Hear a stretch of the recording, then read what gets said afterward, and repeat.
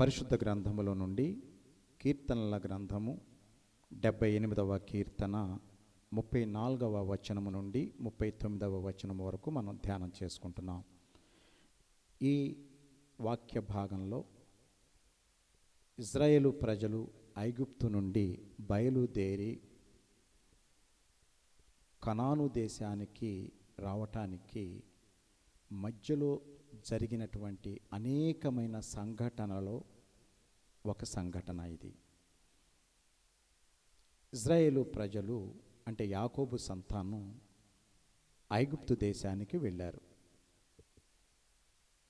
అప్పుడు అక్కడ యోసేపు గారు ఉన్నారు. ఒక విలువైన స్థితిలో ప్రధానమంత్రిగా యోసేపు గారు అక్కడ ఉండటం మనం చూస్తున్నాం.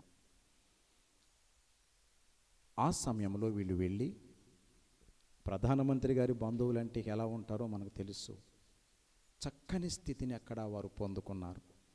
ఇలా కొంతకాలము బాగానే ఉన్నారు.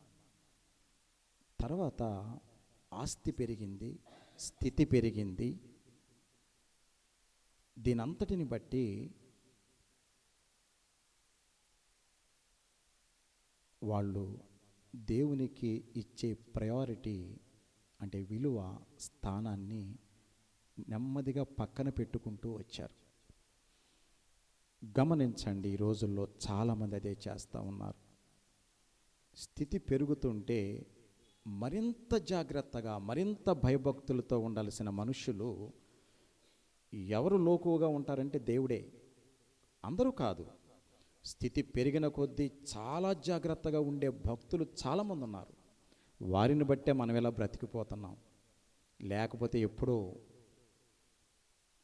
వాళ్ళు అనుకుంటున్నారు, బయట తిరిగేవాళ్ళు, నేను దేవుని నమ్ముకుని బయట తిరుగుతున్నాను, బాగానే ఉన్నాను కదా, ఏమవుతుందిలే అనుకుంటున్నారు. కానీ నిజంగా వాళ్ళు బతికి బయట పడటానికి కారణం దేవుణ్ణి నమ్ముకున్నటువంటి కొంతమంది వ్యక్తులు బహు జాగ్రత్తగా ఉండటమే. వారి ప్రార్థనల ఫలితంగా మనం బాగుంటున్నాం. ఇర్మియా గ్రంథంలో 5వ అధ్యాయము 1వ వచనములో దేవుడు ఒక చక్కని మాట మాట్లాడతారు. అదే అందరూ కూడా దేవుణ్ణి విడిచిపెట్టి తిరుగుతూ ఉన్నా సరే ఇంకా క్షేమంగా ఉండటానికి ఆ వాగ్దానమే కారణం. ఇర్మియా గ్రంథము 5వ అధ్యాయములో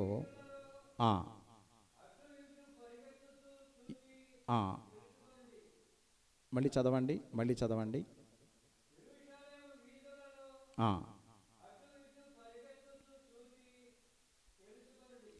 ఏం చేయాలంట? నేను ఒక మాట చెప్తున్నాను, ఈ ఒక్క పని చేయండి మీరు. ఏంటి ప్రభువా? ఏంటంటే, మీ గోగుంట ఉంది కదా, మీ రామన్నగూడెం ఉంది కదా, మీ ఏలూరు ఉంది కదా, మీ ఆంధ్రప్రదేశ్ ఉంది కదా, మీ ఇండియా, మీ భారతదేశం ఉంది కదా, ఒక్కసారి చూడండి ఎవరెవరు ఎలా ఉన్నారు అని. మీ కుటుంబం ఉంది కదా, ఒక్కసారి నీ కుటుంబాన్ని చూసుకో. అటు ఇటు చూడు. ఉన్నవారందరినీ చూడమని అర్థం. ఎవరైతే నీ కుటుంబంలో ఉన్నారో, ఎవరైతే మీ గ్రామంలో ఉన్నారో, ఎవరైతే లేకపోతే మీ సంఘంలో ఉన్నారో, ఎవరైతే మీ జిల్లాలో ఉన్నారో, రాష్ట్రంలో ఉన్నారో, దేశంలో ఉన్నారో, ఒకసారి చూడండి ఎలా ఉన్నారు. దేవుడు మాట్లాడుతున్న మాట ఈ మాట. అటు ఇటు చూడండి. యెరూషలేము వీధులలో అటు ఇటు పరిగెత్తుచు చూచి ఒక్కసారి ఏం జరుగుతుందో చూడండి. రాజవీధులలో, దాని రాజవీధులలో అంటే ఘనమైనటువంటి గొప్ప వీధుల్లో కూడా చూడండి. చిన్న వీధుల్లో చూడండి, పెద్ద వీధుల్లో చూడండి. ఇవన్నీ కూడా అన్ని ప్రాంతాల్లో ఇంపార్టెంట్ స్థలాల్లో కూడా చూడండి. ఇంపార్టెంట్ వీధుల్లో ఎవరు ఉంటారండి? ఢిల్లీలో ఒక వీధంతా పెద్దవాళ్ళు ఉంటారు. జూబ్లీ హిల్స్లో ఒక వీధంతా బాగా ధనవంతులు ఉంటారు, ఒక వీధంతా ఇంకా గొప్పవాళ్ళు అనేవాళ్ళు ఉంటారు ఆ ప్లేస్లో. ఒక్కొక్క ప్లేస్ని బట్టి ఒక్కొక్కరు ఉంటారు, ఒక్కొక్క స్థితి స్థాయి కలిగిన వారు ఉంటారు. ఒక్కొక్క రాష్ట్రంలో ఒక్కొక్క రకమైన మనుష్యులు ఉంటారు, ఒక్కొక్క ప్రాంతంలో ఒక్కొక్క రకమైన మనుష్యులు ఉంటారు. దేవుడు చెప్పే మాట ఏంటంటే అన్ని చోట్ల చూడండి, పెద్ద చిన్న కాదు, అందరినీ చూడండి, అన్ని చోట్ల చూడండి. సంఘములో అందరినీ చూడండి, మీ కుటుంబంలో అందరినీ చూడండి, మీ గ్రామంలో అందరినీ చూడండి. ఈ మాట జాగ్రత్తగా వినండి. అందరినీ చూడండి, అన్ని చోట్ల చూడండి. న్యాయమును జరిగించుచు నమ్మకముగా ఉండ యత్నించుచున్న, నమ్మకంగా ఉండటానికి నమ్మకంగా ఉండడానికి ఎవరైతే ప్రయత్నిస్తున్నారో, నమ్మకంగా ఉన్నారు కాదు, న్యాయాన్ని జరిగిస్తూ నమ్మకంగా ఉండడానికి ప్రయత్నిస్తున్న ఒకడు మీకు కనబడిన ఎడలా, ఒక్కడు ఎక్కడంట? మీ ప్రాంతంలో, మీ వీధులలో, మీ సంఘంలో, మీ కుటుంబంలో న్యాయము జరిగించుచున్న ఒక్కడుంటే, కుటుంబంలో ఒక్కడుంటే, జరిగించటానికి ప్రయత్నం జరిగిస్తున్నాను కూడా అనట్లా. దేవుడు ప్రజలకి ఎంత గొప్ప అవకాశం ఇచ్చారు అంటే దాన్ని కూడా లెక్కలేసుకుని ఎంతవరకు ఎస్కేప్ అయిపోవాలా? ఎందుకండి క్రైస్తవ్యం అవసరమా? ఈ క్రిస్టియానిటీ అవసరమా? ప్రభువుని నమ్ముకోవటం అవసరమా? అసలు చెప్పండి. ఎందుకు నమ్ముకున్నట్టండి దేవుణ్ణి? మీ ఇష్టానుసారంగా మీరు తిరిగే లెక్క అయితే రావటం అవసరం లేదు కదా. మీరు మనుషులకు విలువ ఇవ్వాలనుకుంటున్నప్పుడు దేవుని సన్నిధికి ఎందుకు వస్తున్నారు? ఇవ్వాలి, మనుషులకు విలువ, గౌరవించాలి. అందరికంటే యేసు ప్రభును నమ్ముకున్న వారు అధికారులను గౌరవించండి, మీ పెద్దలను గౌరవించండి, మీ తల్లిదండ్రులను గౌరవించండి. ప్రభు చెప్పిన మాటలు అవని గౌరవించాలి. ఎప్పుడు అంటే గుడి మానేసి, దేవుని సన్నిధి మానేసి కాదు. ఈ లోకంలో ఎంత పెద్దవారు ఉన్నప్పటికీ వాళ్ళందరికంటే పెద్దవారు దేవుడు. ఆయనకు సంబంధించిన విషయాలలో అందరూ చిన్నవాళ్లే. మొదట మనము దేవుని సన్నిధికి విలువ ఇవ్వాలి. అయ్యా, మీరు పెద్దవాళ్లే కానీ ఆదివారం మీటింగ్ పెట్టారు, నేను రాలేనండి, మిగతా రోజులైతే వస్తాను చెప్పు. ఆయన నిన్ను గౌరవిస్తాడు, నిన్ను మొదట కూర్చోబెడతాడు. నువ్వు ఆయన కలవటానికి వెళితే మొట్టమొదటి నిన్ను రమ్మంటాడు. ఎందుకంటే ఈ వ్యక్తి దేవుడంటే చాలా భయభక్తులు కలిగినటువంటి వ్యక్తి. నాకు తెలుసు, పిలవండి ఆయన లోపలికి, నేను ఆయనతో మాట్లాడతాను. అంత విలువిస్తారండి, అంత విలువిస్తారు. నీ నడకను బట్టి, నీ నడతను బట్టి, నీ విలువను బట్టి, దేవునికి నువ్వు ఇచ్చేటువంటి ప్రాధాన్యతను బట్టి నిన్ను చూసేవారు కూడా నీకు చక్కని గౌరవ మర్యాదలు ఇస్తారు. దేవుడు చెప్పిన మాట అది, దేవుడు చెప్పిన మాట.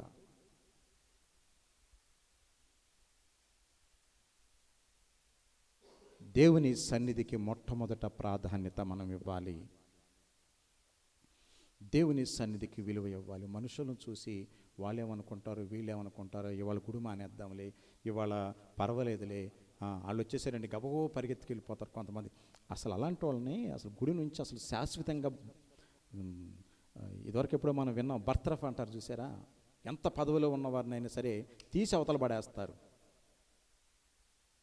చేసేయాలి అలాంటి వాళ్ళని. పూర్తిగా అసలు దేవుని సన్నిధికి అసలు జీవితకాలం ఈ గుడికి మాత్రం రాకూడదు, ఎక్కడికన్నా పోతాడు, పోనివ్వండి, తీసి పడేయాలి అలాంటి వాళ్ళని. దేవుని సన్నిధి అంటే విలువగా ఉండాలి. నువ్వెంత విలువిస్తావో అంత నీకు మేలు, నీ కుటుంబానికి మేలు అని నమ్మితే నమ్మినట్టు ఉండు, అంతే. నువ్వు నమ్మకపోతావా, పో, ఎంత వెనక్కి వెళ్ళిపో.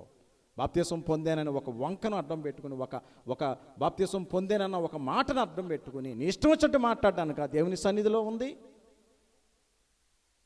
నేను అందరి గురించి మాట్లాడుతూ ఉన్నాను. ఈ ప్రపంచంలో ప్రతి ఒక్కరి గురించి నేను మాట్లాడుతున్నాను ఈ సమయంలో. దేవుని సన్నిధి అంటే చాలా విలువ ఇవ్వాలి. లోపలికి వస్తూనే భయపడుతూ రావాలంటారు. నీవు దేవుని మందిరానికి పోవునప్పుడు నీ ప్రవర్తన జాగ్రత్తగా చూసుకో అంటున్నాడు దేవుడు. లెక్కపత్రం లేకుండా నువ్వు దేవుని విషయంలో నీ ఇష్టం వచ్చిన నిర్ణయాలు తీసుకుని మళ్ళీ అవసరం వచ్చినప్పుడు దేవా నేనున్న ప్రభువా మిమ్మల్ని నమ్ముకున్నాను ప్రభువా సహాయం చేయ ప్రభు అంటే నేను చెవి పట్టుకుని మెలేస్తాడు దేవుడు. 59వ అధ్యాయం యెషయా గ్రంథంలో చూడండి. యెషయా గ్రంథము 59వ అధ్యాయం చూడండి ఒకసారి.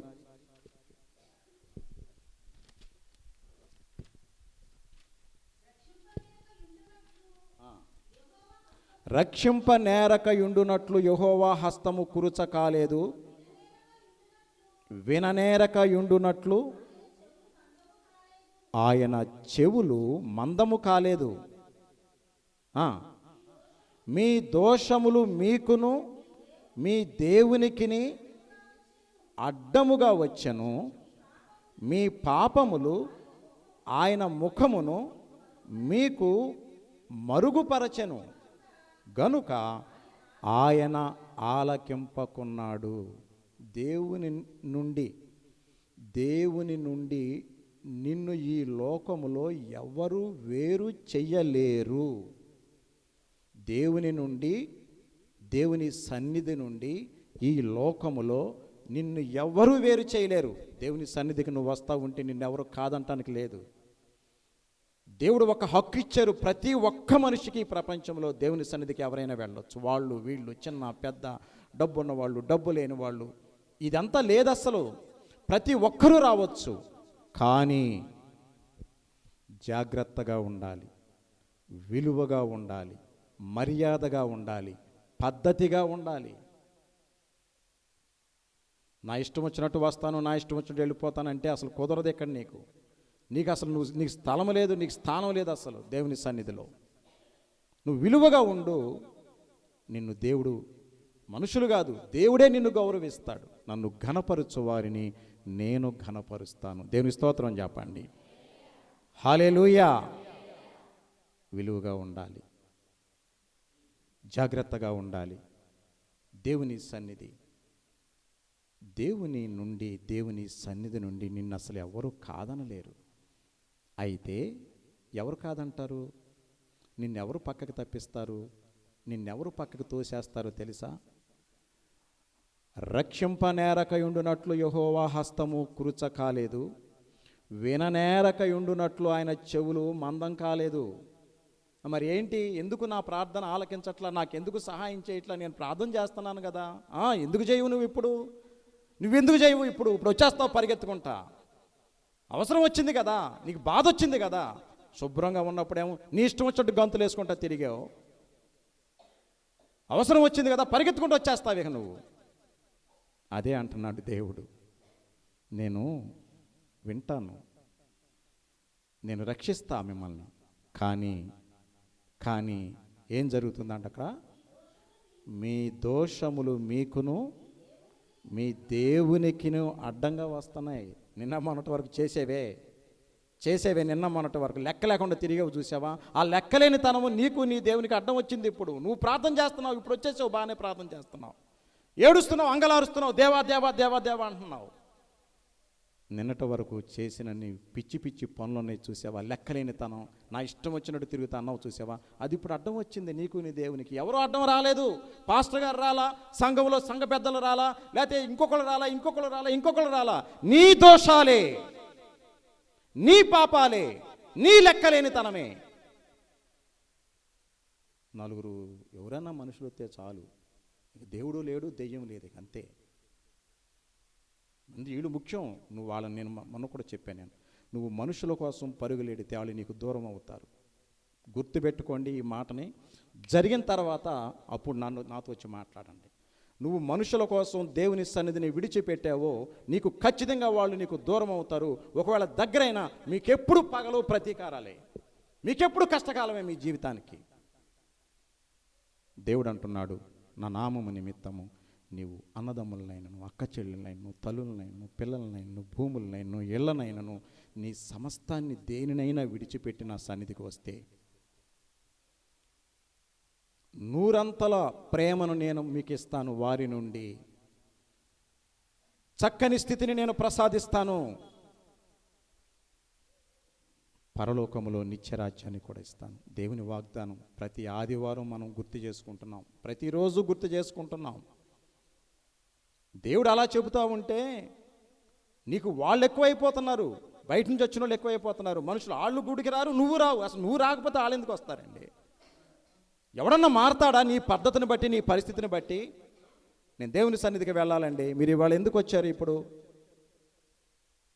ఓకే సరే కూర్చోండి, ఇంట్లో కూర్చోండి,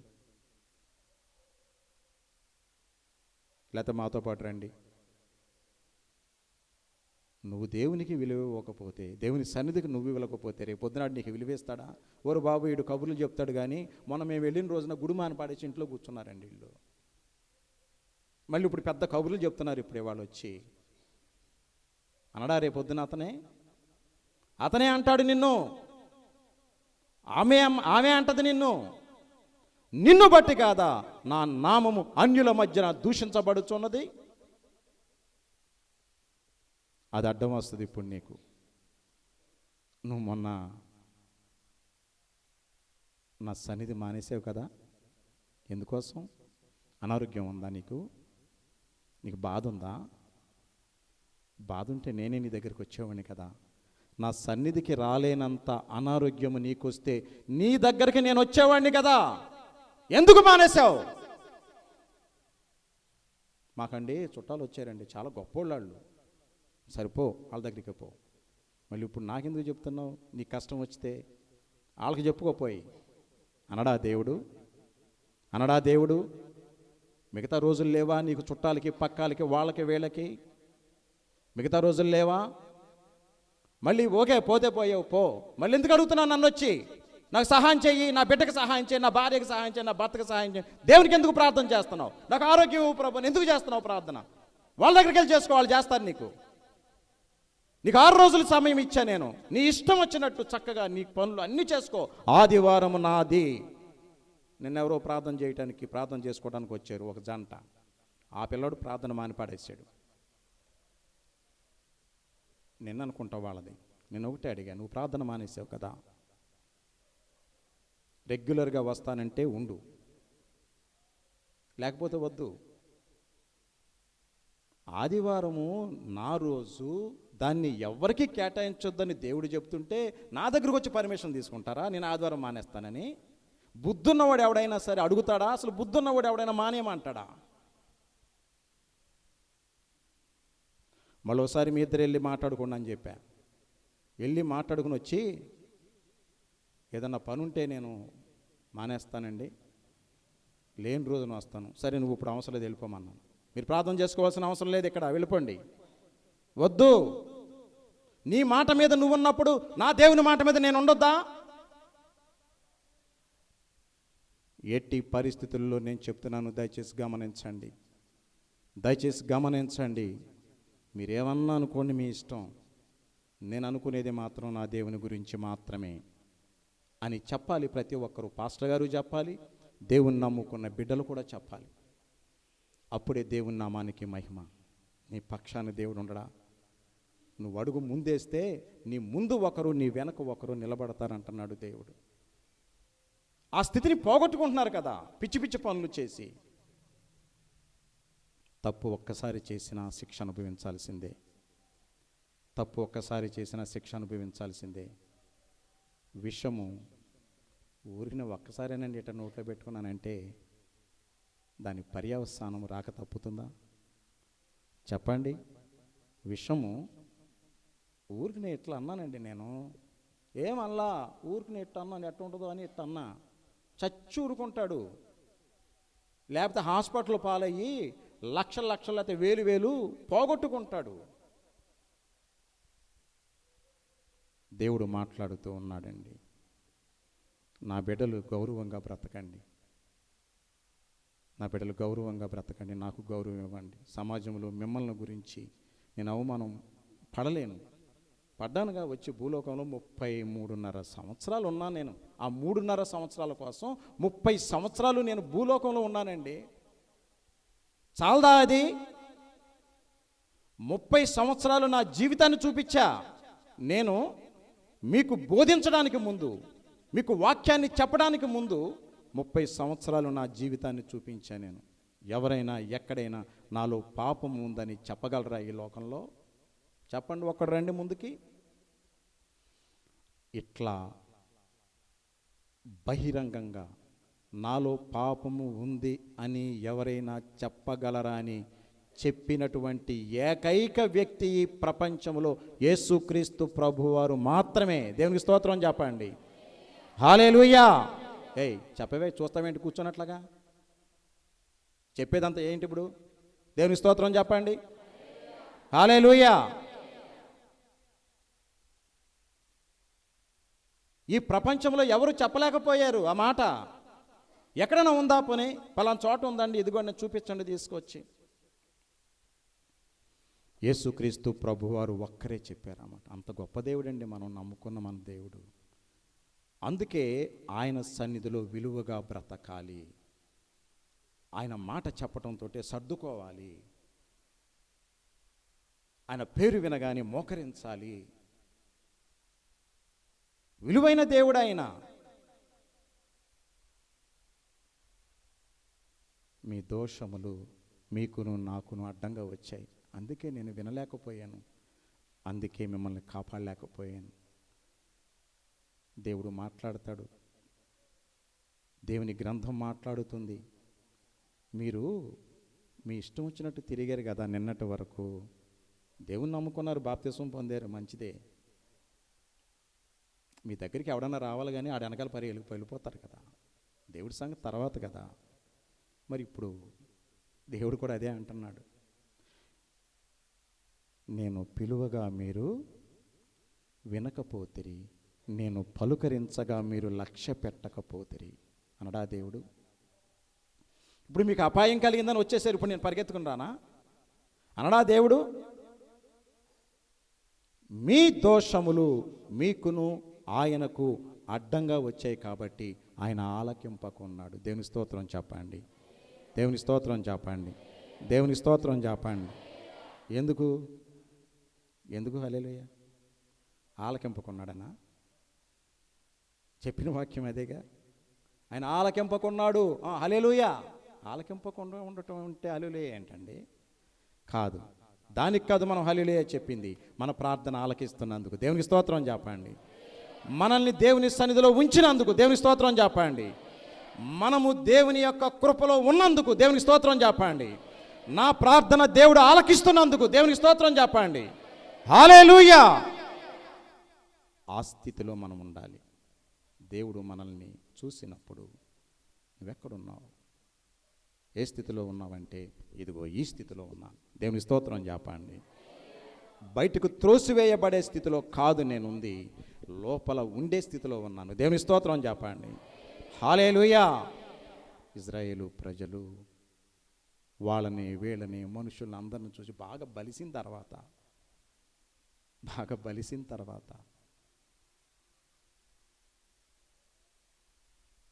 ఈ అటు ఇటు తిరగలేక మీరే రండి ఇటు నా ముందుకు అంటాడనమాట. ఇటు తిరగరా అంటే నువ్వు అటు వచ్చేయి, ముందుకు వచ్చేయి. దేవుడు నా దగ్గరికి రా అంటే రాను, నువ్వు రా నా దగ్గరికి, నాకు చాలా పనులు ఉన్నాయి, నాకు డబ్బులు బోళ్ళని ఉన్నాయి. పాస్టర్ గారు నువ్వు వచ్చేసాయి మా దగ్గరికి, మాకు చాలా పనులు ఉన్నాయండి. నేను చెవి పట్టుకుని మెలేద్దామనిపిస్తాను. అలాంటి మాటలు ఎవడన్నా అంటే చెవి పట్టుకుని మెలేయాలనిపిస్తుంది నాకు. వాళ్ళు ఎంతటోళ్ళు అయితే ఏంటండి, దేవుని ముందు ఎవరైనా ఒకటే. నువ్వు దేవునికే ఎదురు తిరిగావంటే అసలు నువ్వు అన్ఫిట్ అనమాట. నువ్వు చిన్న పిల్లవాడికి కూడా నువ్వు సరిపోవు. అలా ఇష్టానుసారంగా తిరిగి గొప్ప స్థితి పొందుకున్న తర్వాత వారిష్టం వచ్చినట్లు సాతాను దగ్గరికి పోయి అటుపోయి దేవుణ్ణి పూర్తిగా మర్చిపోయారు. ఆ తర్వాత కష్టాల పాలయ్యారు. ఆ తర్వాత భోజనం కూడా లేకుండా పోయింది. ఆ తర్వాత పిల్లలకు కూడా ఫుడ్ పెట్టడానికి స్థితి లేకుండా పోయింది. ఏడుస్తున్నారు, అంగలారుస్తున్నారు. పోనీ భోజనం లేదంటే పని చేయక తప్పుతుందా అంటే ఆ పని తొక్కాల్సిందే ఆ మట్టిని. దేవుడు చూస్తూ ఉంటాడు. నేను బాధపడుతుంటే దేవుడు చూడ్డా చూసినా సరే నీ పన్నెత్తి కూడా మాట్లాడు, గుర్తుపెట్టుకోండి. అలాంటి వ్యక్తుల వైపు నువ్వు నిజంగా గొప్పవాడు అయితే దేవుని దృష్టిలో మంచివాడు అయితే, మంచివాడంటే ఎక్కడండి మంచితనానికి ఎక్కడుంది? అసలు హద్దు ఏమైనా ఉందా? ఏం అవసరంలా, దేవుని సన్నిధిలో ఉండాల్సిన రోజు నువ్వు ఉండు. ఆదివారం దేవుని సన్నిధిలో చక్కగా జాగ్రత్తగా ఉండు. శుక్రవారం దేవుని సన్నిధిలో ఉండు. లేకపోతే దైవదాసులు ఏ రోజైతే పెడతారో ఆ రోజు దేవుని సన్నిధిలో ఉండు. జాగ్రత్తగా రా, జాగ్రత్తగా విను. సాధ్యమైనంత వరకు నీ చుట్టూ ఉన్న వారిలో చక్కగా జాగ్రత్తగా బ్రతకడానికి ప్రయత్నం చేయి. దేవుని నామానికి మహిమ తేవడానికి ప్రయత్నం చేయి. అదే మంచిగా ఉండటం అంటే. ఇంకంతకంటే ఏం చేస్తావు? నువ్వు లక్షలు తెచ్చి పంచుతావా? చెప్పండి. ఇంట్లో ఉన్నాయన్ని తెచ్చేసి ఊరందరికీ పంచుతావా? అవసరమా అది? దేవుడు అలాంటి చెప్పలేదు, ఎప్పుడు కూడా చెప్పడు కూడా అలాగా. నువ్వు పద్ధతిగా ఉండు చాలు. నువ్వు పద్ధతిగా ఉండు. ఆయన అంటున్నారు, యెరూషలేములో, మీ ఊరిలో, మీ సంఘంలో, మీ గృహములో న్యాయమును జరిగించుచు యథార్థముగా ఉండ ప్రయత్నించుచున్న ఒక్కడు ఉన్నట్లయితే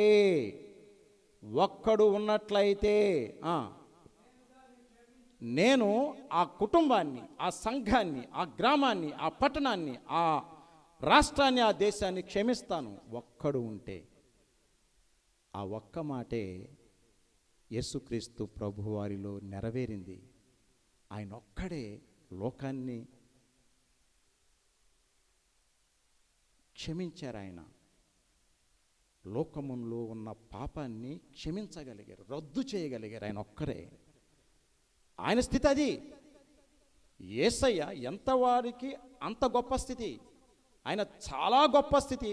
ఎక్కడ ఏది చిన్న తప్పుకోలేదు అసలు ఆయనలో. పుట్టుక, పెరగటం, మాట్లాడటం, ఎక్కడ చిన్న పొరపాటు కూడా లేని వ్యక్తి. కాబట్టి ఈ ప్రపంచాన్ని, ఈ లోకాన్ని రక్షించగలిగారు యేసుక్రీస్తు ప్రభువారు. దేవుని నామానికి స్తోత్రం చెప్పండి.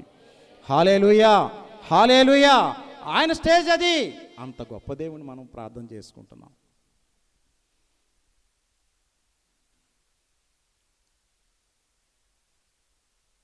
దేవుని సన్నిధిలో మనం ఎంత జాగ్రత్తగా ఉంటే అంత మంచిదండి. దేవుని సన్నిధిలో మనం ఎంత జాగ్రత్తగా ఉంటే అంత మనకు, మన బిడ్డలకు, మన కుటుంబానికి. దానికే కాదు, నువ్వు జాగ్రత్తగా ఉంటే నీ కుటుంబాన్ని కూడా క్షమిస్తానంటున్నాడు దేవుడు. ఇందులో చక్కగా కొంతమంది మంచిగా ఉంటే, సంఘంలో పోనీ ఒక్కరు మంచిగా, పాస్టర్ గారు మంచిగా ఉంటే సంఘం అంతటిని క్షమిస్తానంటున్నాడు. గ్రామంలో పెద్దలైన వారు ఎవరైనా మంచిగా ఉంటే వారిని బట్టి క్షమిస్తానంటున్నారు. అందును బట్టే మనం బ్రతికిపోతున్నాం. నిన్ను బట్టి కాదు నువ్వు బ్రతికేది. నువ్వు ఊరు మొత్తం తిరిగి వస్తూ ఉంటే నేను బాగానే ఉన్నాను కదరా అంటున్నావు. దాని గురించి కాదు, నీ గురించా. నువ్వు ఎప్పుడో పోయేవాడివి. నీ గురించి అయితే కొంతమంది ఉన్నారు చూసారా, మీ గ్రామంలో, లేకపోతే మీ పట్టణంలో, లేకపోతే మీ సంఘంలో, మీ కుటుంబంలో అంగలార్చి ఏడ్చి ప్రార్థన చేసేవాళ్ళు ఉన్నారు చూసారా. వారిని బట్టి నువ్వు బ్రతికిపోతున్నావు. అది వదిలిపెట్టి నేను ఎన్ని ఎదవ పనులు చేస్తున్నాను, పిచ్చి పిచ్చి పనులు చేస్తున్నాను, బాగానే ఉన్నాను కదా, నేను గుడికి రావాల్సిన అవసరం ఏముంది, నాకు ఇంట్లోనే ప్రార్థన చేసుకుంటాను. తెంగర మాటలు మాట్లాడొద్దు, పిచ్చి పిచ్చి మాటలు మాట్లాడొద్దు. నువ్వు మాట్లాడితే దేవునికి సంబంధించి జాగ్రత్తగా నీ స్థాయి దేవుని సన్నిధిలో ఎలా ఉందో అలా మాట్లాడు. నువ్వు ఎంత ఎదుగుతావో అంత ఒదిగి మాట్లాడాలి దేవుని సన్నిధిలో. ఇంకెక్కడదండి స్థాయి? దేవుని సన్నిధిలో స్థాయి ఎక్కడ ఉంటుంది? ఇంకా నువ్వు ఎంత గొప్పవాడవైతే అంత ఒదిగి ఉండాలి దేవుని సన్నిధిలో అంటుంటే, ఇక నువ్వు ఎంత పెరిగినా ఎక్కడుంది నీ స్థాయి? ఇంకా పరిచర్య చేయాలి, ఇంకా జాగ్రత్తగా ఉండాలి. అలా మనం ఉండగలిగితే చక్కగా మన కుటుంబాన్ని కాపాడుకోగలుగుతాం, మన సంఘాన్ని కాపాడుకోగలుగుతాం, మన గ్రామాలను కాపాడుకోగలుగుతాం, మన పట్టణాన్ని కాపాడుకోగలుగుతాం, మన రాష్ట్రాన్ని కాపాడుకోగలుగుతాం, మన దేశాన్ని కాపాడుకోగలుగుతాం. చక్కని స్థితి దేవుడు మనకు ఖచ్చితంగా అనుగ్రహిస్తారు. గమనించండి, ఇలాంటి పరిస్థితులలో ఇజ్రాయేలు ప్రజలు బాగా బాగా గొప్పవాళ్ళం అయిపోయాం అనుకుని దేవునికి దూరం అయిపోయి ఎక్కడున్నాడరా దేవుడు అనే స్థితికి వెళ్ళిపోయారు. కాబట్టి సాతాన్ని వెంబడించారు. నువ్వు సాతానుని వెంబడిస్తున్నావంటే దేవుడు ఎక్కడున్నాడు అనేటువంటి మైండ్ నీలో వచ్చిందని అనుకో నువ్వు. లేకపోతే బయటికి వెళ్తావా? నీలో సాతాను గడు తిష్ట వేసుకున్నాడు, అందుకే నువ్వు ఈ మాటలు మాట్లాడుతున్నావు. ఏడ్చారు, అంగలార్చారు. దేవుడు అట్లా చూస్తూ ఉన్నాడు. సర్లే, ఇప్పుడు ప్రార్థన చేస్తున్నారు కదా, ఏం చేయాలి? నేను ఇప్పుడు వాళ్ళని కాపాడాలి. నేను చాలాసార్లు చెప్పాను నేను, వాళ్ళని కాపాడాలి అని అప్పుడు మోషేని పుట్టించాడండి. అప్పుడు పుట్టించాడు మోషేని. వాళ్ళు అంగలార్చిన తర్వాత మోషే గారు 40 సంవత్సరాలు అక్కడ ఉండి 40 సంవత్సరాలు బయట ఉండి మళ్ళీ వెళ్ళేటప్పటికే వాళ్ళని విడిపించే సమయానికి 80 సంవత్సరాలు వచ్చినాయి. ఏడ్చిన తర్వాత 80 సంవత్సరాలకు కానీ వాళ్ళు బయటికి రావటం మొదలు పెట్టలేదు. నువ్వు అనుకుంటున్నావేమో దేవుని వదిలిపెట్టేసి వెళ్ళిపోయాను, మళ్ళీ వచ్చేసి వెంటనే ప్రార్థన చేసేస్తే దేవుడు ఆలకిస్తాడని అనుకుంటున్నావేమో, కానీ అది జరగని పని. ఈ భూలోకంలో ఎవరికీ జరగదు. నువ్వు దేవునిలో కంటిన్యూస్గా జాగ్రత్తగా భయభక్తులతో ఉంటే నువ్వేది అడగాల్సిన అవసరం లేదు, అన్నీ ఆయనే సమకూరుస్తారు. అలా కాకుండా నా ఇష్టం వచ్చినట్టు తిరుగుతానండి, నన్ను ఎవడండి మాట్లాడేది అని అనుకున్నావంటే నీకు అవసరం వస్తుంది చూసావా, నీకు ప్రాణాపాయ పరిస్థితి వస్తుంది చూసావా. దేవుడు పాస్టర్ గారు ప్రార్థన చేసినా వినడు, నువ్వు ప్రార్థన చేయటం పక్కన పెట్టు. ఆయన అంటాడు, ఈ జనాంగము గురించి నువ్వు ప్రార్థన చేయవద్దు, చేసినా నేను వినను. ఇర్మియాతో చెప్తాడు దేవుడు. జాగ్రత్తగా ఉండాలి. దేవుని ఆశీర్వాదాలు మనకు కావాలంటే రావద్దన్నాడా గుడికి, రానులే మళ్ళీ ఇంకొకసారి పడితే కానీ మళ్ళీ ఇంకో 1,00,000 రూపాయలు పెట్టుకుంటావు వెళ్ళి అక్కడ. దానికోసమే కదా ఈ బ్రతుకుతున్నది. బుద్ధి ఉండొద్దు, జ్ఞానం ఉండొద్దు. అయ్యా ఏదో పొరపాటు అయిపోయింది, దేవుని సన్నిధికి మరి రాలేకపోయాను, ఇక నుంచి నేను రెగ్యులర్గా వస్తాను, ఇక మాన్ను అని అంటే పాస్టర్ గారు రావద్దంటాడండి పాస్టర్ గారు ఉన్నది దేవుని గుడికి రావద్దు పొండ్ర అని చెప్పడానిక? మాస్టర్ ఉన్నది బడికి రావద్దురా అంటానిక? కాదు, బడికి రండి గుడికి రండి అనటానికే మాస్టర్ గారు ఉన్నది. కానీ ఇష్టం వచ్చినట్టు చేసే వాళ్ళకి మాత్రం శిక్షించడానికి కూడా ఉన్నాడు ఆయన.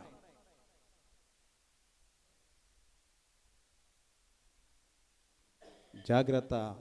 ఒకసారి 2 సార్లు చూస్తాడు దేవుడు, తర్వాత 3సారి ఉండవు ఇక నువ్వు. అది మాత్రం ఖచ్చితంగా చెప్తున్నాను. ఏమంటే గుడికి వచ్చిన వాళ్ళకి ఇదే పనా? గుడికి రాకపోతే ఉండరా?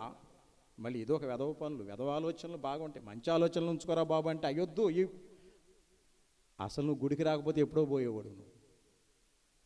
పోయేవాడు, పోవలసిన వాడివి దేవుని సన్నిధికి వచ్చి సాతాను బారిన పడిపోయి ఏడుస్తూ అంగలారుస్తూ చచ్చిపోతానేమో అన్న పరిస్థితిలోనే కదా నువ్వు దేవుని సన్నిధికి వచ్చింది. నిన్న కాపాడబట్టే కదా నువ్వు ఈ స్థితిలో ఉన్నావు. ఇప్పుడు ఇలా మాట్లాడుతున్నావు. సరి చేసుకోరా అంటే నీకు కోపం వస్తుందా? దిద్దుబాటు నీకు అసహ్యము కదా అని చెప్పింది అందుకే కదా దేవుడు. ప్రతి ఒక్కరూ కూడా బహు జాగ్రత్తగా ఉండాలి. దేవుని సన్నిధి విషయంలో విలువగా ఉండాలి. అది మర్చిపోయి దేవుడు కదా నాకు ఈ స్థితి ఇచ్చింది, ఆయన్ని మర్చిపోతే మళ్ళీ ఇది పోగొట్టుకుంటానేమో, నేను ఇలా మాట్లాడవచ్చా, నేను ఇలా సాతాను దగ్గరికి వెళ్ళొచ్చా అని ఆలోచించారా వాళ్ళు? అంతా పోగొట్టుకున్న తర్వాత పిల్లల్ని సహితం నాశనం చేసుకుని వాళ్ళు ఎందుకు పనికి రాకుండా పోయిన తర్వాత అప్పుడు ఏడుస్తుంటే దేవుడు అప్పుడు ప్రారంభించి 80 సంవత్సరాలకి ఆయన వచ్చాడు మోషే గారు. సరే వచ్చి బయటపడ్డారు, నడిపించారు. 40 రోజుల్లో ప్రయాణాన్ని 40 సంవత్సరాలు చేసుకున్నారు. వాళ్ళ కర్మ అట్లా ఉంది, అంతే. వాళ్ళ కర్మ అట్లా ఉంది. 40 సంవత్సరాలు చేసుకుంటే ఇక ఆశీర్వాదం ఎక్కడ పొందుకుంటారండి? మా అబ్బాయి మారతాడండి, ఇంకా చాలా సంవత్సరాలు ఉందండి. అంతా అయిపోయిన తర్వాత వచ్చి మారేం చేస్తాడు? బాల్య దినముల యందే నీ సృష్టికర్తను స్మరణకు తెచ్చుకో. యవ్వనుడా, నీ యవ్వన కాలము దేవుని సన్నిధిలో ఉండడానికి ప్రయత్నం చేయి. నీ స్థితి ఎలా ఉందో బైబిల్ని చూసి దేవుని వాక్యాన్ని చూసి జాగ్రత్తగా చూసుకో. దేవుడు చెబుతుంటే మళ్ళీ నువ్వు మధ్యలో మళ్ళీ పెద్ద ఒక పెత్తనాలు ఎక్కువైపోయినాయి. రాస్తాడు మళ్ళీ మధ్యలో ఇంకొక లిస్టు.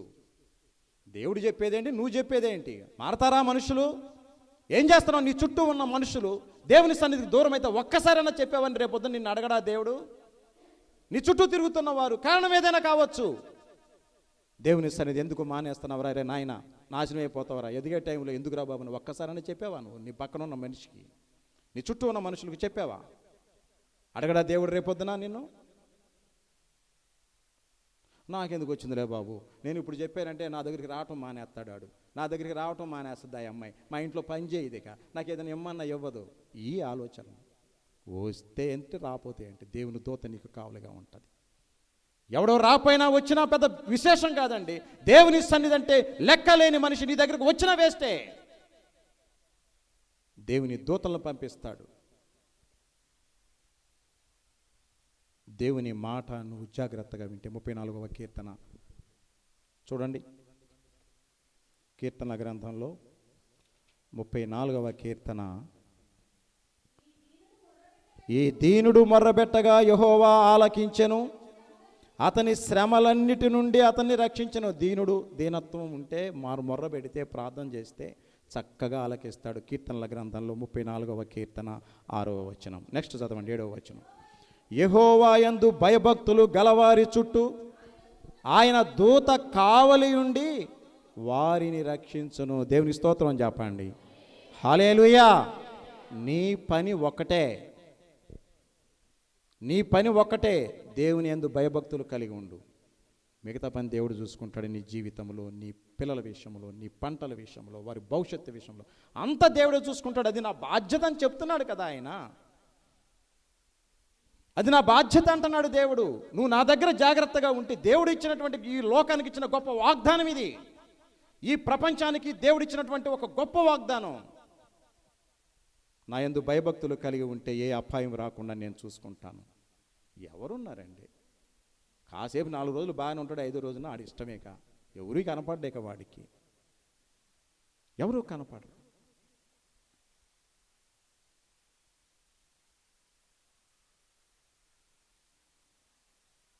దేవుడు బాధపడుతున్నాడు. బాధపడ్డా, నా బిడ్డలు కదా, నా బిడ్డలు అబ్రహాము సంతానం కాదా, నేను ఏర్పాటు చేసుకున్న బిడ్డలు కాదా?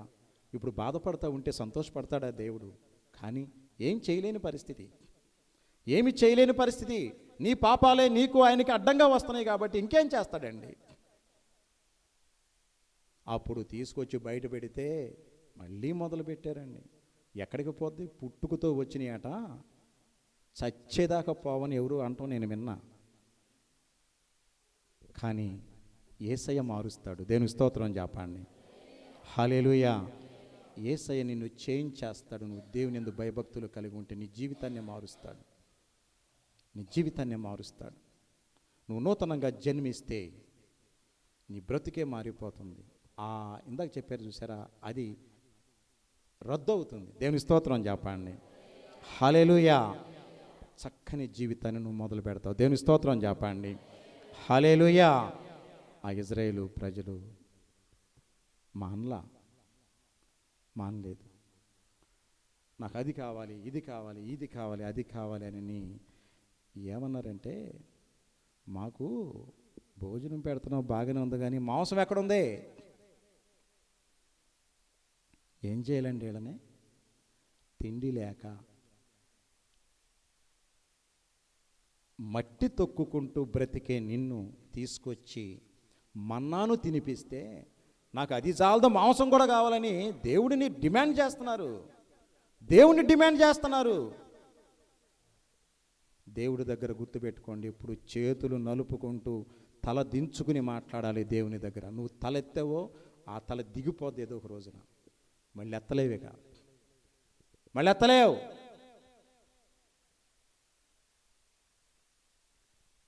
మాకు భోజనం కావాలి, మాకు అది కావాలి, ఇది కావాలి. ధూళి అంత ఆకాశమందు తూర్పు గాలి ఆయన విసరజేసెను. తన బలము చేత దక్షిణపు గాలి రప్పించెను. ధూళి అంత విస్తారముగా మాంసమును, సముద్రపు ఇసుక రేణువులంత విస్తారముగా రెక్కల గల పిట్టలను ఆయన వారి మీద కురిపించెను. సరే, అడిగే దేవుణ్ణి అనవసరమైన అడగకూడదు. బాగా గుర్తుపెట్టుకోండి. ఇచ్చినవి మాత్రం తిని సర్దుపుచ్చుకోవాలి. ఇచ్చినవి తీసుకుని సర్దుపుచ్చుకో. ఇంకా కావాలంటే ఆయనే ఇస్తాడు. నీకు అవసరమైన మాత్రం ఇవ్వకుండా మానడు దేవుడు. ఏది అవసరం అది ఇస్తాడు. అనవసరంగా నువ్వు అది ఇది కోరుకున్నావో ఉన్నది కూడా పోగొట్టుకుంటావు. వీళ్ళు కావాలన్నారు, ఇచ్చాడట. ఇచ్చిన తర్వాత వారి 28వ వచనములో మనం చూస్తే, వారి దండు మధ్యను వారి నివాస స్థలముల చుట్టూను ఆయన వాటిని వ్రాల చేసెను. ఇక్కడికి వచ్చి వారిని మాంసం కోసం పక్షులన్నీ ఎక్కడికి వచ్చి కోసుకు తినరా మమ్మల్ని ఒరేయ్, మీరు మాట వినకపోయినా మేము వింటాంరా, మమ్మల్ని కోసుకు తినండిరా. మీరెక్కడరా? బంగారం లాంటి దేవుణ్ణి పెట్టుకుని, ఏదడిగితే అది ఇచ్చే దేవుణ్ణి పెట్టుకుని మీ ఇష్టానుసారంగా మాట్లాడుతున్నారు కదరా. ఇదిగో రండి, మీ మధ్యలోకి వచ్చి నిలబడుతున్నాం, కోసుకు తినండి మమ్మల్ని. వచ్చి నిలబడ్డే అంట. ఇక్కడ మాట చూడండి, వారి దండు మధ్యను వారి నివాస స్థలముల చుట్టూను ఆయన వాటిని వ్రాలజేసెను. ఆ పక్షులు వచ్చి అక్కడ నిలబడ్డాయట, వచ్చినాయట. ఏమైందో తెలుసా? తర్వాత వారు కడుపారా తిని తనిసిరి, వారు ఆశించిన దానిని బాగా తిన్నారట. ఫుల్లుగా తిని వాళ్ళ ఇష్టం మొత్తం ఏది కావాలో అది ఇచ్చేసాడు దేవుడు. తర్వాత ఏం జరిగిందంటే, చాలా దేవుని విషయంలో మనమందికి జాగ్రత్తగా ఉండాలి. దేవుని విషయంలో జాగ్రత్తగా ఉండాలి. తర్వాత ఏం జరిగిందో చూడండి. వారి ఆశ తీరక మునుపే ఆహారము ఇంకా వారి నోళ్ళల్లో ఉండగానే, తిన్న తర్వాత దేవుని స్తుతిస్తే ఎలా ఉండునో తిని పడుకున్నారు వాళ్ళు. ఏమనుకున్నారు? నేనంటే దేవుణ్ణి బాగా ప్రార్థన చేసేసానండి, గుద్ది ప్రార్థన చేశాడండి, దెబ్బకి ఇచ్చేసాడండి దేవుడు. ఆ తర్వాత ఉంటుంది నీకు. దేవుని గుద్ది ప్రార్థన చేస్తావా? నీ ఇష్టం వచ్చినట్టు అరుస్తావా? దేవుని దగ్గర ఎప్పుడు కూడా 2 చేతులు దగ్గర పెట్టుకుని మోకరించి ప్రార్థన చేయి. నువ్వు సేఫ్గా ఉంటావు. కష్టాల నుంచి విడిపించడం మాత్రమే కాదు, భవిష్యత్తులో కూడా ఏ కష్టం రాకుండా కాపాడతాడు ఆయన. అలా కాకుండా నేను ఇష్టం వచ్చినట్టు చేసేసాను, నేను ప్రార్థన చేసేసాను, వెంటనే వచ్చేసింది, అదే అంటున్నారు వీళ్ళు. పోనీ వచ్చిన తర్వాత తిన్న తర్వాత, దేవా ఏంటి నాయనా అసలు ఆహారం చూస్తే మా దగ్గరికి ఇచ్చావు, మాంసం కావాలంటే పోనీ అక్కడికి వెళ్ళండిరా, అక్కడ వంటి అని తెచ్చుకోండిరా అంటే ఎట్లా ఉండును? అసలు ఇంట్లోకి తీసుకొచ్చాడేంటి? కనీసం ఆలోచించారా? కనీసం ఆలోచించి ఎక్కడైనా వస్తాయా పక్షులు వచ్చి కోసుకు తినమని మన ముందుకి? ఎక్కడైనా చూసారా ఈ ప్రపంచంలో? ఇప్పుడు తిన్న తర్వాత బహుశా వాళ్ళు లెక్క లేకుండా మాట్లాడి ఉంటారు.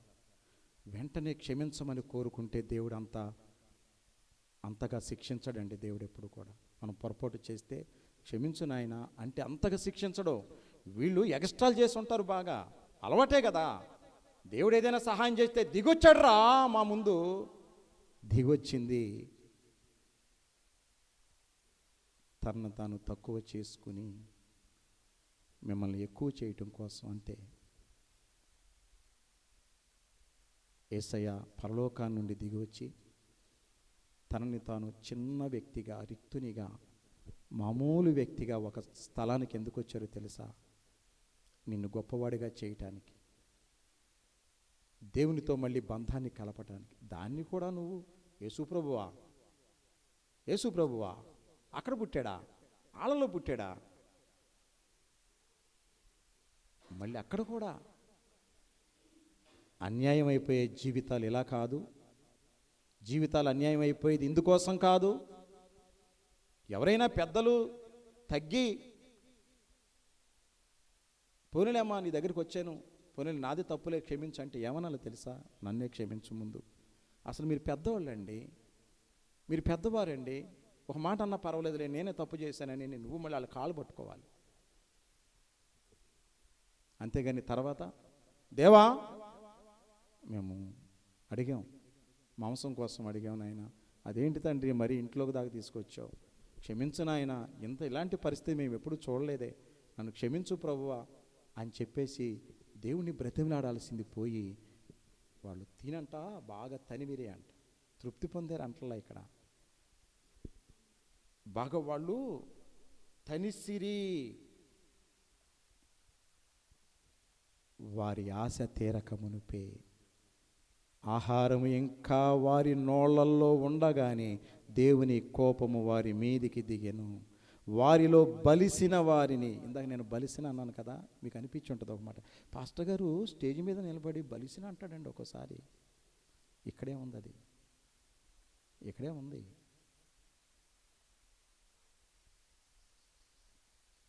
దేవునికి కోపం వస్తే జాగ్రత్త. నువ్వు అనుకున్నట్టు ఆయన మాట్లాడు, ఆయన అనుకున్నట్టు ఆయన మాట్లాడతారు. వారిలో బలిసిన వారిని ఆయన సంహరించెను. చచ్చిపోయారండి అందరూ. కాబట్టి అనవసరమైన కోరికలు కోరకూడదు. నీకు అవసరమైంది కోరు. నేను ఒకసారి చెప్పాను ఆల్రెడీ, నీకు సైకిల్ అవసరమా? సైకిల్ మాత్రమే కోరుకో. నీకు బైక్ అవసరమా? బైక్ మాత్రమే కోరుకో. లేదండి నాకు కారు అవసరం, కారు కోరుకో, ఇస్తాడు దేవుడు. లేదండి నాకు కారు కంటే నాకు హెలికాప్టర్ అవసరం, ఓకే కోరుకో, ఇస్తాడు దేవుడు. లేదండి నాకు ఫ్లైట్ అవసరం, ఇస్తాడు, కోరుకో. అనవసరమైన కోరితే ఉన్నవి పోగొట్టుకుంటావు. అవసరమైనవి నువ్వు కోరుకుంటే ఏదైనా ఇవ్వగలిగిన దేవుడు ఆయన. దేవునికి స్తోత్రం చెప్పండి. హల్లెలూయా, హల్లెలూయా. దేవునికి తెలుసు వాళ్ళకి ఆహారం ఎప్పుడు పెట్టాలో, మాంసం ఎప్పుడు పెట్టాలో, నీరు ఎప్పుడు ఇవ్వాలో అవన్నీ తెలుసు ఆయనకి. తీసుకొచ్చిన దేవుడికి ఆ మాత్రం తెలీదా? నిన్ను కని పెంచినటువంటి దేవునికి ఆ మాత్రం తెలియదా? సోలిపోవలదు మనసా, సోలిపోవలదు, సోలిపోవలదు మనసా.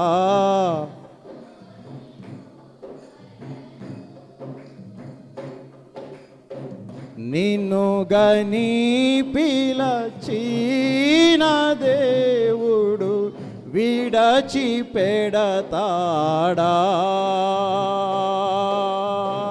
నిన్ను గని పిలచిన దేవుడు విడచి పెడతాడా? సోలిపోవలదు మనసా, సోలిపోవలదు. నిన్ను పిలిచాడు దేవుడు, అది గుర్తుపెట్టుకో. నిన్ను విడిచిపెట్టే ప్రసక్తే ఉండదు. కానీ ఆయన అండర్లో జాగ్రత్తగా బ్రతుకు. ఆయన మాట ప్రకారం జీవించటానికి ప్రతి క్షణము మెలకువగా ఉండు. ఆయనకి తెలుసు ఎప్పుడు మాంసం ఇవ్వాలో, ఎప్పుడు ఆహారం ఇవ్వాలో. అడిగేస్తున్నారు అంతే, అడిగేస్తున్నారు అంతే. అరే నీ స్థితి ఎక్కడి నుంచి వచ్చావు అసలు? నువ్వు కనీసం ఆలోచిస్తున్నావా? ఈ ఆహారం దొరికింది చాలులే మాకు, అయ్యా చాలు. మధురమైన ఆహారం, అది కూడా యేసయ్య పెట్టాడంటే దేవుడు పెట్టిన ఆహారం మామూలుగా ఉంటుందా? మామూలుగా ఉంటుందా? అక్కడ తింటేనే అది తృప్తి కలిగించే ఆహారం. నీ శరీరానికి ఒక విలువైన శక్తిని ఇస్తుంది ఆహారం. చక్కని స్థితి ఇస్తుంది ఆహారం, నీకు చక్కని బలం ఇస్తుంది ఆహారం. ఆ విలువగా బ్రతకాలి. ఇష్టం వచ్చినట్టు అడిగారు. ఆ తిన్న మాంసం ఆ పళ్ళల్లో ఉండగానేనట దేవుని కోపం వచ్చింది. బలిసిన వారందరినీ కూడా సంహరించాడు. చచ్చిపోయారు, ప్రాణాలు పోగొట్టుకుంటారు అనుకుంటారు. కానీ ఇది అడిగేసేసి మేము ఏదో. అందుకే పెద్దవాళ్ళతో, అధికారులతో చాలా జాగ్రత్తగా మాట్లాడాలి. మన సమాజంలో కూడా మన పెద్దలు అనుకున్న వారితో, లేకపోతే మన అధికారులతో, మన నాయకులతో జాగ్రత్తగా మాట్లాడాలి. ఆయన నీ నాయకుడు, నీకు పెద్ద ఆయన, నీకు అధికారి. నువ్వు ఇష్టం వచ్చినట్టు మాట్లాడడానిక ఆయన ఉంది అక్కడ? అప్పుడు ఊరుకుంటాడు. మాట్లాడినప్పుడు బాగానే ఊరుకుంటాడు. ఎందుకంటే ఆయన అధికారి, నాయకుడు, పెద్ద ఆయన, తెలివైన వాళ్ళు కాబట్టి సర్లే మాట్లాడుతున్నాడు, మాట్లాడినాం, తర్వాత చూద్దాం వీటి సంగతి. ఎప్పుడు మాట్లాడకూడదు. పెద్దల ముందు, నాయకుల ముందు, అధికారుల ముందు చాలా జాగ్రత్తగా మాట్లాడాలి.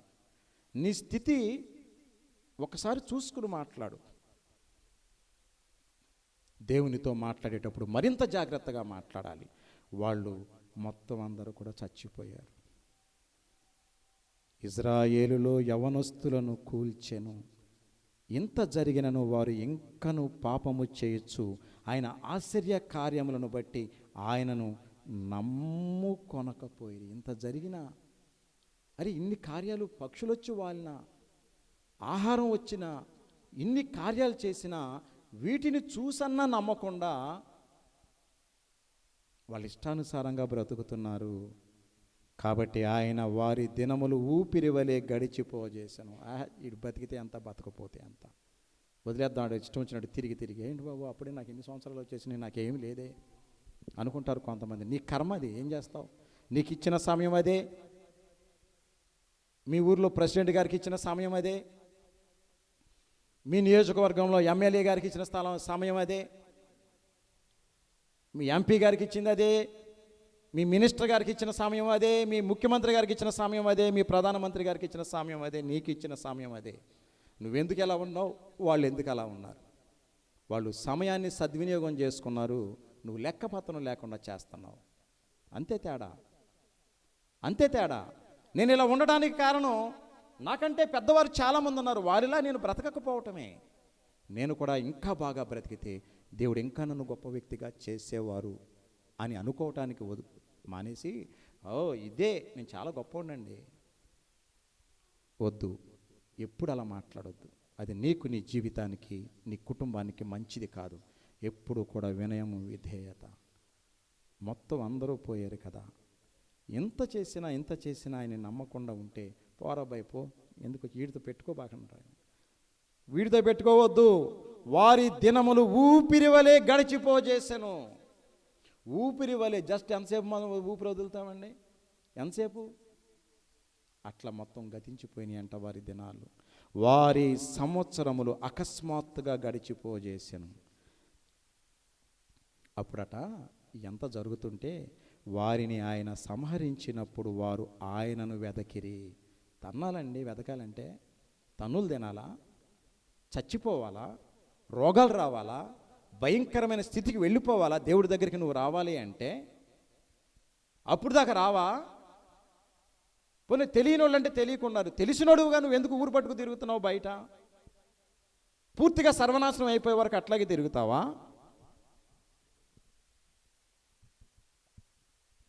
సంహరించేసరికట వారిని ఆయన సంహరించినప్పుడు వారు ఆయనను వెదకిరి. వారు తిరిగి హృదయపూర్వకముగా దేవుని బతిమాలి కొనిరి. ఏమని బతిమలాడుకున్నారు? దేవుడు తమకు ఆశ్రయదుర్గమనియు, మహోన్నతుడైన దేవుడు తమకు విమోచకుడనియు వారు జ్ఞాపకము చేసుకొనిరి. దెబ్బ తగిలితే కానీ అన్నట్టుగా చేశారు. చూడండి, చక్కని స్థితిని ఎంత పాడు చేసుకున్నారు. అప్పుడు అనుకుంటున్నారంట, అమ్మో ఆయన గొప్ప ఆయనని. అప్పుడు జ్ఞాపకం చేసుకున్నారంట, ఆయన మహోన్నతుడని, ఆయన దేవుడని, సర్వశక్తి సంపన్నుడని, ఒకనొకప్పుడు నన్ను కాపాడాడని. అప్పుడు జ్ఞాపకం వచ్చింది వీళ్ళకి. అంత చచ్చిపోయిన తర్వాత ఉపయోగం ఏముంది? అప్పుడు జ్ఞాపకం చేసుకుంటున్నారట వీళ్ళు. అయినను వారి హృదయము ఆయన ఎడల స్థిరముగా ఉండలేదు. ఊరికే జ్ఞాపకం చేసుకుంటున్నారు కానీ దేవుడు ఇవంతా చూసంట 39వ వచనం చూస్తే, కాగా వారు కేవలము శరీరులై ఉన్నారనియు,